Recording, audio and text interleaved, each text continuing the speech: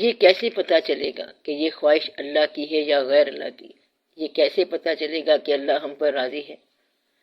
اگر خواہش کا رخ ڈائریکشن اللہ ہے تو یہ خواہش من اللہ ہے، خواہش کا رخ اگر اللہ ہے تو خواہش بھی من اللہ ہے، اور اگر خواہش یہیں کی یہیں رہ جانی ہے تو یہ تمہاری اپنی ہے، اور اس خواہش کا مقصد جو ہے وہ نفس ہے۔ آپ نے مرکز کو دریافت کرنا ہے، آپ نے اور کیا کرنا ہے؟ خواہش تو صبح شام پیدا ہوتی رہتی ہے، اور بزرگ جو ہیں وہ کہتے ہیں کہ یہ دل اسلام سے پہلے والا ایک قسم کا خانہ کعبہ ہے، اور اس میں خواہشات کے بت پڑے ہوئے ہیں، انہیں ان بتوں کو توڑ کر تم اسے آزاد کروا دو تو یہ پیور کعبہ بن جائے گا۔ پھر یہ کام کرو کہ اپنے دل کے دروازے پر دربان بن کے خود ہی بیٹھ جاؤ اور دیکھو کہ جو خواہش آئی اس کا مدعا کیا ہے۔ مثلا خواہش یہ ہے کہ یہاں پر دنیا میں ترقی کریں گی تو یہ نفس کی خواہش ہو سکتی ہے، خواہش غیر کی ہو سکتی ہے۔ اگر خواہش جو ہے وہ کہتی ہے کہ ہم یہیں سے مالک کی طرف رجوع کرنا چاہتے ہیں تو وہ خواہش اس مالک کی طرف سے آئی ہے اور ادھر ہی جانا چاہتی ہے، یعنی انا للہ و انا الیہ راجعون، تو وہ خواہش جو ہے من اللہ ہے اور اللہ کے فضل سے آتی ہے۔ زندگی میں اللہ کی طرف سے آنے والی خواہشات کی بہت کثرت ہوتی ہے، لیکن انسان نظر انداز کرتا رہتا ہے، بھولتا رہتا ہے۔ بس اس کی پہچان کا آسان نسخہ یہ ہے کہ ٹھہرنے کی خواہش تمہاری ہے اور نکلنے کی خواہش اس کی ہے، انسانوں کی خدمت کی خواہش اس کی ہے اور انسانوں کو استعمال کرنے کی خواہش آپ کی ہے۔ تو یہاں پر قوت حاصل کرنا آپ کی خواہش ہے، اور یہاں پر خدمت کا جذبہ پیدا ہونا اللہ کی طرف سے ہے۔ یہ وہ خواہشات ہیں جو بزرگوں اور پیغمبروں کو اللہ کریم نے عطا کی ہیں۔ تو آپ صلی اللہ علیہ وآلہ وسلم نے ظلم کرنے والوں پر بھی رحمت کی۔ یہ سن کر رحمت للعالمین نے ہنس کے فرمایا کہ میں اس دہر میں قہر و غضب بن کر نہیں آیا۔ اللہ تو پھر اللہ ہے، وہ کہتا ہے وادی طائف سے گزرنا ہے، تب آپ صلی اللہ علیہ وآلہ وسلم نے فرمایا بشر ہیں، بے خبر ہیں، کیوں تباہی کی دعا مانگوں؟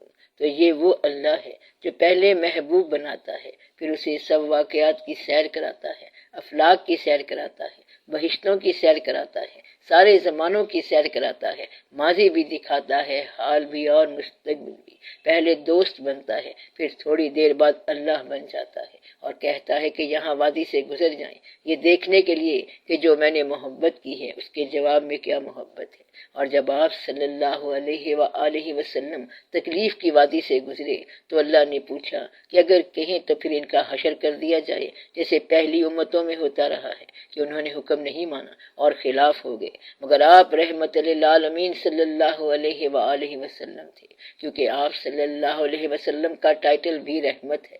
آپ صلی اللہ علیہ وسلم نے فرمایا کہ اگر یہ نہیں تو ان کی اولادیں مسلمان ہو جائیں گی۔ تاریخ نے دیکھا کہ ان کی اولادیں پوری مسلمان ہوئیں۔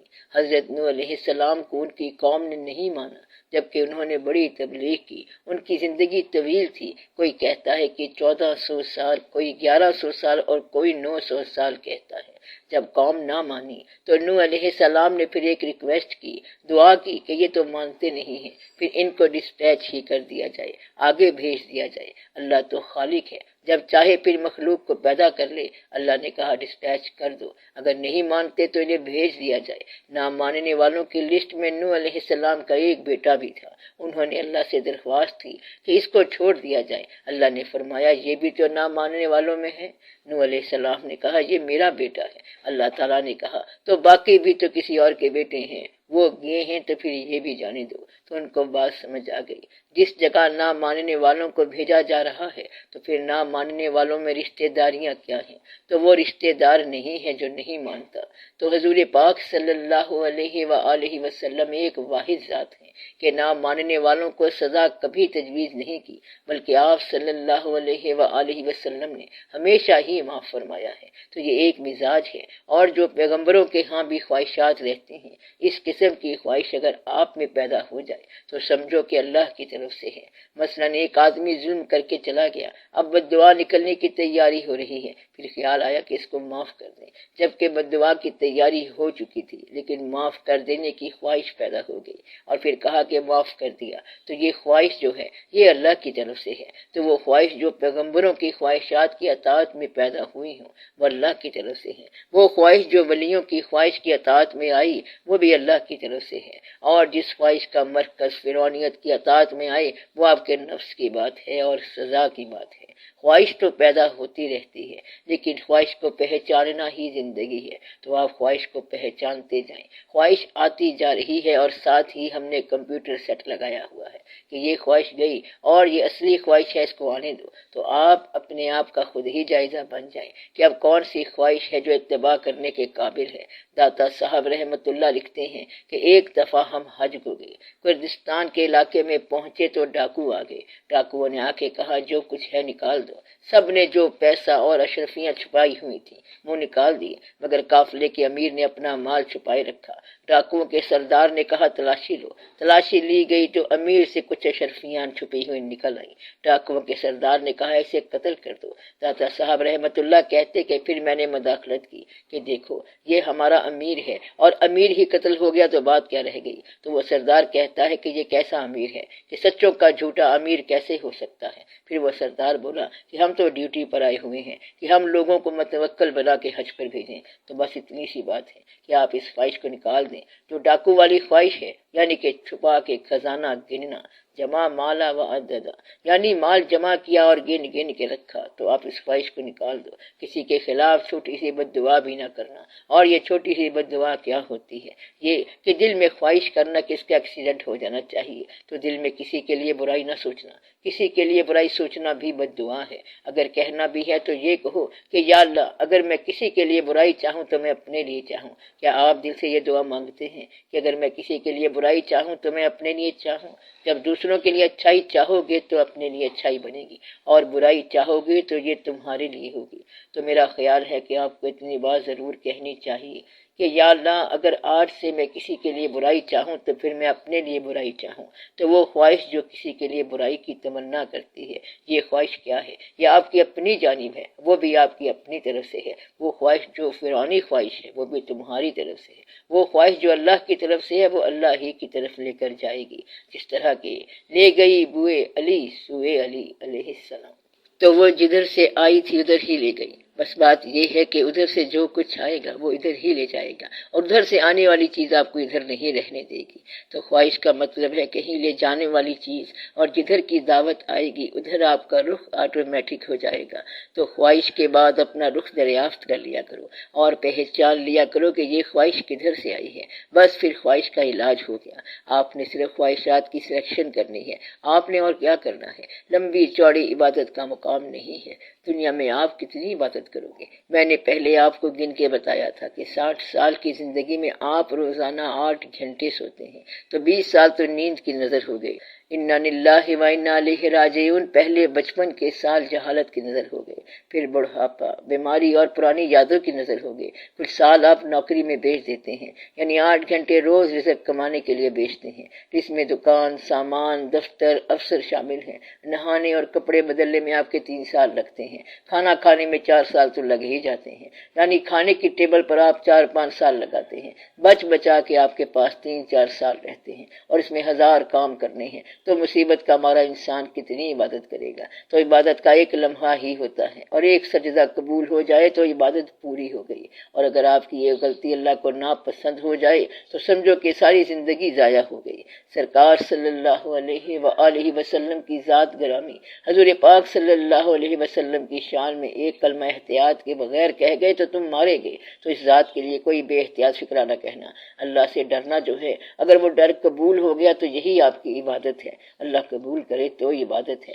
بعض اوقات ناز قبول کر لیتا ہے اور بعض اوقات نماز بھی نہیں ہوتی، تو وہ اللہ ہے، اور وہ چاہے تو نمازیں ان کے منہ پر دے ماری جائیں گی۔ بس بات یہ ہے کہ پتہ نہیں کون سا سجدہ قبول ہو جائے، اس لیے عبادت کی طوالت پر نہ جانا، بلکہ اگر ایک عبادت قبول ہو جائے تو سارا مدعا قبول ہو جائے گا۔ تو یہ قبولیت کی بات ہے، جیسے کسی کو دوست کے طور پر قبول کرتے ہیں، حالانکہ ابھی کوئی آدمی آپ سے ملا، اس نے آپ سے کوئی بات کی، آپ نے کہا میں تمہیں دوست مانتا ہوں، جبکہ اس کے پیچھے اتنا بڑا ماضی ہے آپ نہیں جانتے، اس کے آگے اتنا بڑا مستقبل ہے جو آپ نہیں جانتے، اور وہ کیسا آدمی ہے یہ بھی آپ نہیں جانتے، مگر دوست بنا لیا تو آپ دوستی نبھا جائیں گے۔ اس طرح اللہ کریم جو ہے اس کو اگر آپ کی کوئی ایک ادا پسند آ گئی تو آپ کا سرفراز کر دیتا ہے۔ تو حدیث شریف ہے کہ عین ممکن ہے کہ انسان اور بہشت کے درمیان ایک بالشت کا فاصلہ ہو اور انسان دوزخ میں جا گرے، یعنی عبادت اگر غرور پیدا کر جائے تو مارے گئے اور برباد ہو گئے، اور گناہ عاجزی پیدا کر جائے تو شکر ہے کہ بچ گئے۔ اس لیے کوئی پتہ نہیں کہ اس کا فضل کیسے ہو جاتا ہے۔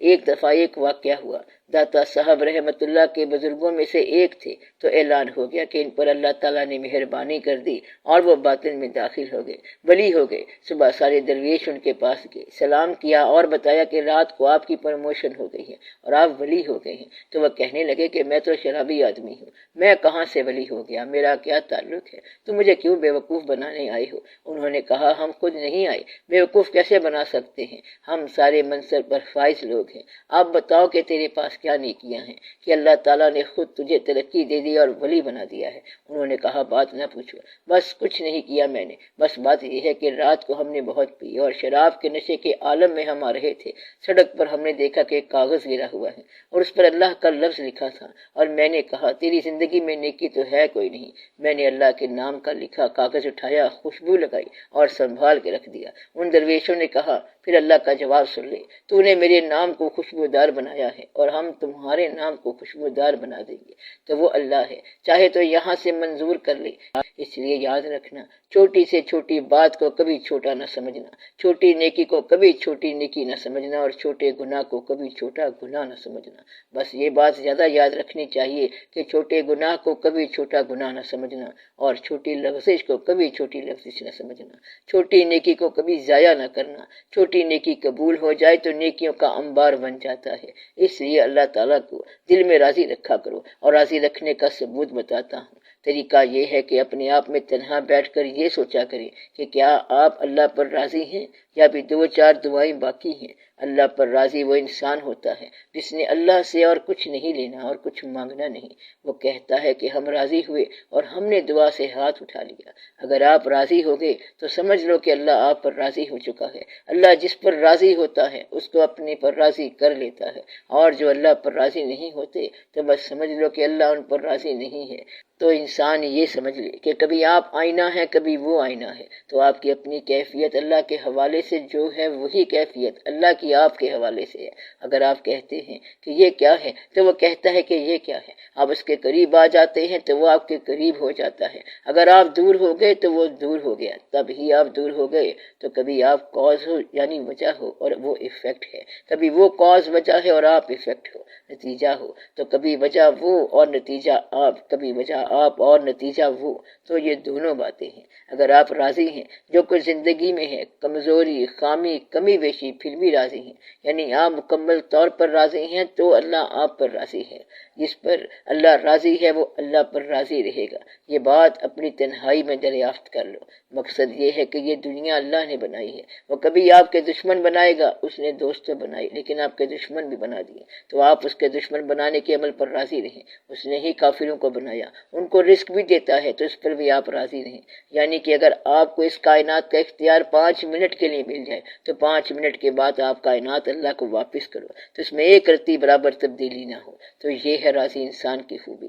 وہ کہتا ہے کہ 5 منٹ کائنات میرے قبضے میں رہی ہے، پھر جیسی تھی ویسی رہی ہے اور میں نے اس میں دخل نہیں دیا۔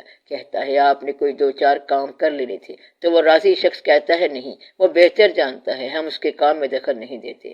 راضی رہنے والا انسان وہ ہے جو اس کے کام میں دخل نہ دے، بس سمجھو کہ اللہ اس پر راضی ہو گیا۔ تو اگر آپ راضی ہو جاؤ تو اللہ راضی ہو جاتا ہے۔ زندگی میں دیکھو کہ دعا کی بڑی ضرورت ہے، زندگی میں دیکھو کہ دعا کی بڑی ضرورت ہے۔ اصلاح کی کوششیں جو ہیں آپ یہ ضرور کرو، لیکن یہ یاد رکھنا کہ دنیا کی مکمل اصلاح نہیں ہوگی جب تک شیطان کا لفظ قرآن میں ہے، تو شیطان رہے گا۔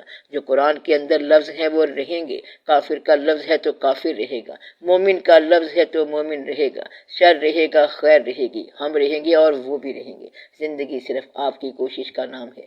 آپ ایمانداری سے کوشش کریں، آپ تنہائی میں غور کریں، اور اگر آپ کو اپنی بخشش کا یقین ہو گیا، مکمل یقین ہو گیا جس میں کمی بیشی نہیں ہے، اور اس یقین میں اپنے بھائی کو شامل کرنا چاہتے ہو تو آپ یہ کہتے ہیں کہ میرے اپنے دل میں بخشش کا یقین ہے، میرا سگا بھائی ہے، اسے شامل کرنا ہے، تو اپنی بخشش میں شامل کرنے سے پہلے، بہشت میں شامل کرنے سے پہلے اپنے پیسوں میں شامل کرو۔ جب پیسوں میں آپ شامل کر لو، بس پھر آپ یہ سمجھیں کہ اسے زندگی میں شامل کر لیا اور وہ عاقبت میں بھی شامل ہو گیا، تو تبلیغ اس وقت کرو، پھر اللہ راضی رہے گا۔ آخر میں سب لوگوں کے لیے دعا کریں، اور جو یہاں نہیں آ سکے ان کے لیے بھی دعا کریں۔ صلی اللہ تعالی علی خیر خلقہ و نور عرشہ افضل الانبیاء والمرسلین سیدنا و سندنا و مولانا محمد و آلہ و اصحابہ اجمعین برحمتک یا ارحم الراحمین۔